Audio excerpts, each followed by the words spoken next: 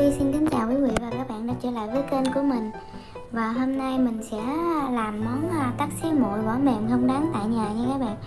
Đầu tiên thì các bạn chuẩn bị cho mình đây là 2 kg, khoảng 2 kg 2 trái tắc đó các bạn.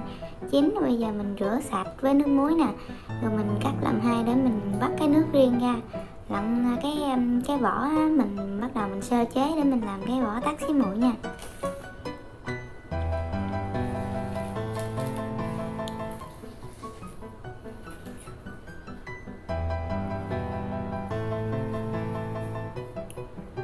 Và các bạn đừng có bỏ đi cái tô nước tắc này nha các bạn. Mình để dành một lát nữa mình sẽ làm nước tắc xí muội cho nó ngon đó các bạn. Còn cái vỏ này thì các bạn dùng kéo hoặc dao đều được, các bạn cắt sợi mỏng cho mình.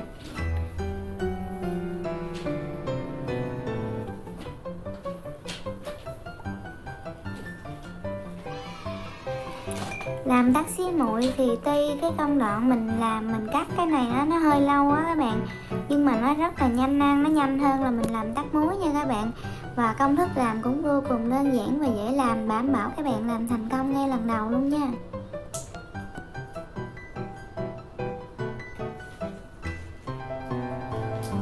Sau khi cắt xong á, thì bây giờ mình sẽ rửa sạch và bóp với nước muối nha. 2 lần xong sau khi đó thì các bạn bắt cho mình một nồi nước muối nè. Khi nước muối đã sôi thì các bạn cho vào vỏ tắc vào nha. Các bạn lúc này thì mình chỉ trần sơ qua thôi, không có nấu chín luôn nha.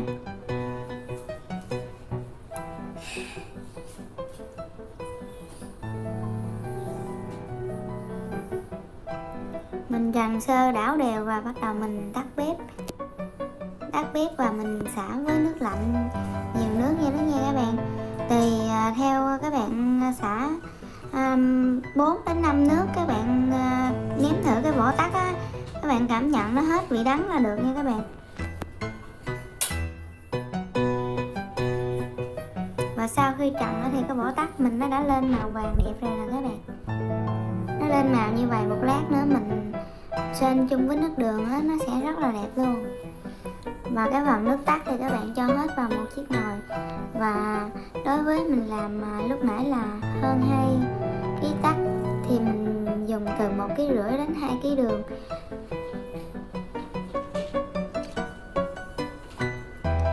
Và 1 tí muối các bạn thắng cho nước đường nó kẹo lại nha. Nó kẹo lại một xí thôi rồi mình cho vỏ tắc vào. Khi cho vỏ tắc vào các bạn đảo cho đều, không thắng lâu quá, nếu không là vỏ tắc nó sẽ bị cứng đó các bạn.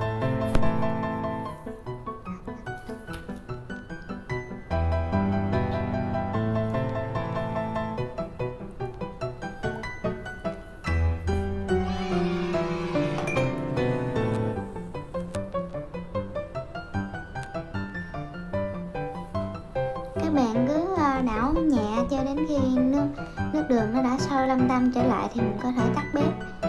Và nếu như các bạn